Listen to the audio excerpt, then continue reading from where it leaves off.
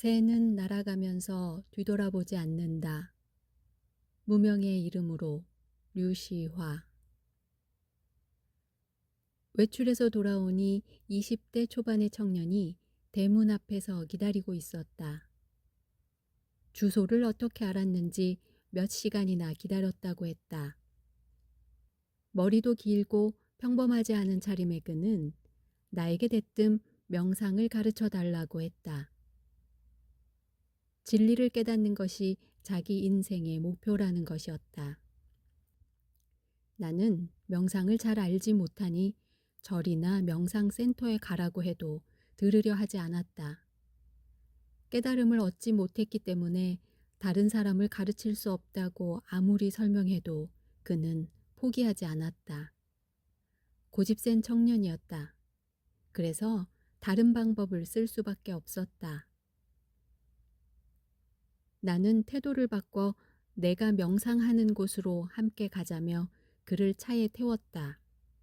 그리고 전속력으로 달려 집에서 1시간 정도 떨어진 난지도로 향했다.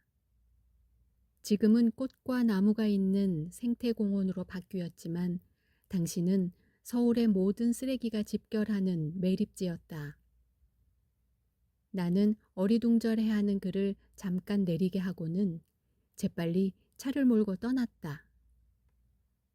어찌할 겨를도 없이 악취와 오물이 가득한 곳에 내려놓고 떠난 것이다. 미안한 마음도 있었지만 그 정도면 마음을 고쳐먹고 다시 찾아오지 않을 것 같았다. 내 착각이었다.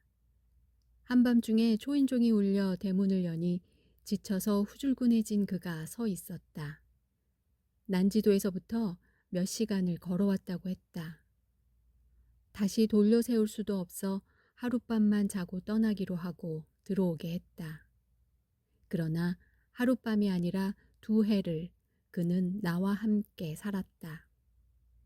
매번 다음날 보내려고 했지만 갈 곳이 없다며 무엇이든 할 테니 옆에 있게 해달라고 간청했다. 아무래도 안 되겠다는 생각이 들어 나도 장발인데 너마저 장발이면 사람들이 록밴드인 줄 착각하니까 내 집에 있으려면 삭발을 해야 한다고 했다. 그러자 그는 앗하는 사이에 정말로 가위로 머리를 잘라버렸다. 결국 이발소에 데려가 제대로 삭발을 시키는 수밖에 없었다. 푸르스름한 머리를 보니 그는 아무렇지도 않은데 왠지 측은지심이 들었다. 머리까지 깎았으니 이름을 새로 지어달라고 해서 나는 별 생각 없이 무명이라고 지어주었다. 그날부터 그는 내 집에 오는 모든 사람들로부터 무명씨 혹은 노네임으로 불렸다.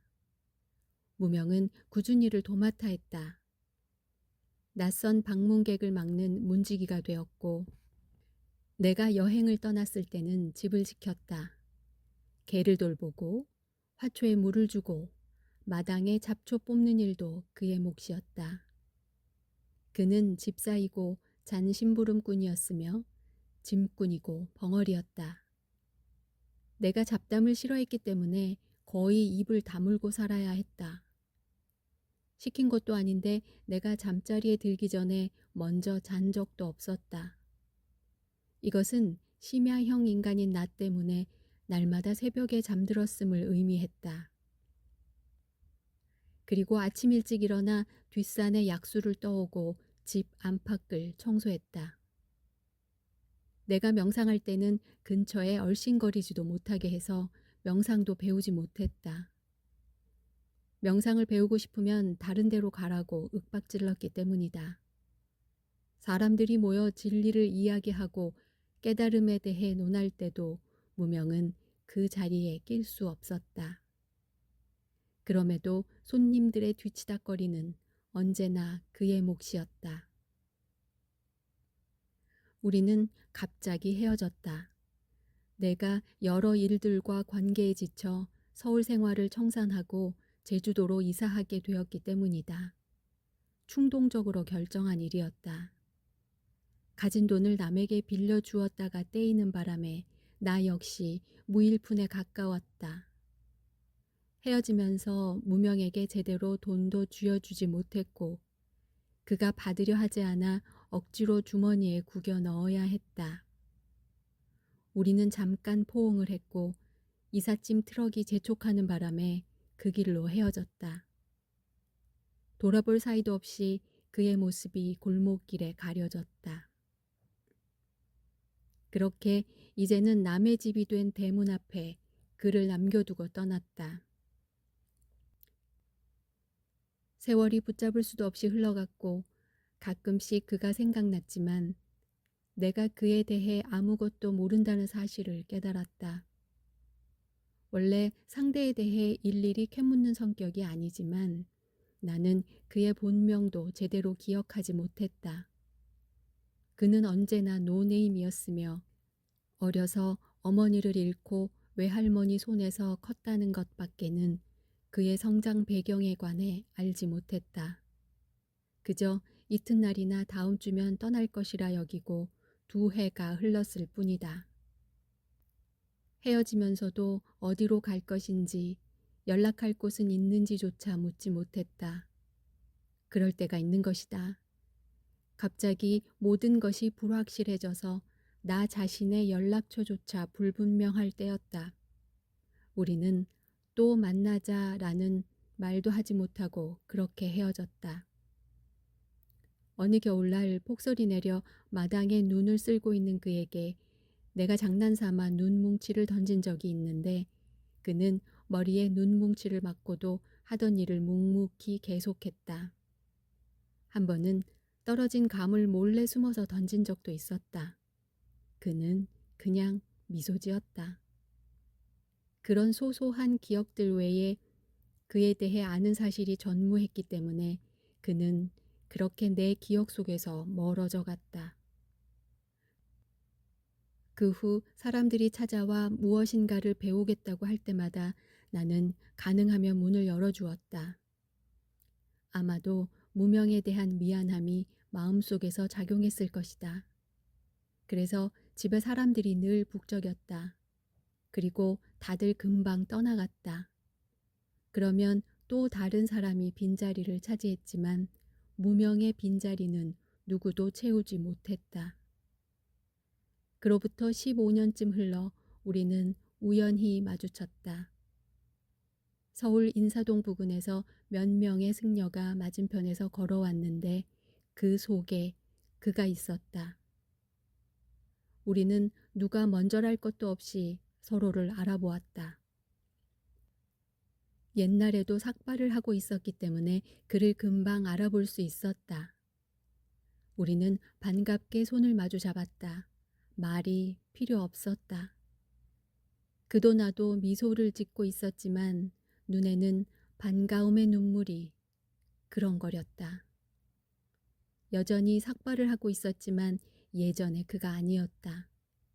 훨씬 깊은 사람이 되어 있다는 것을 느낄 수 있었다.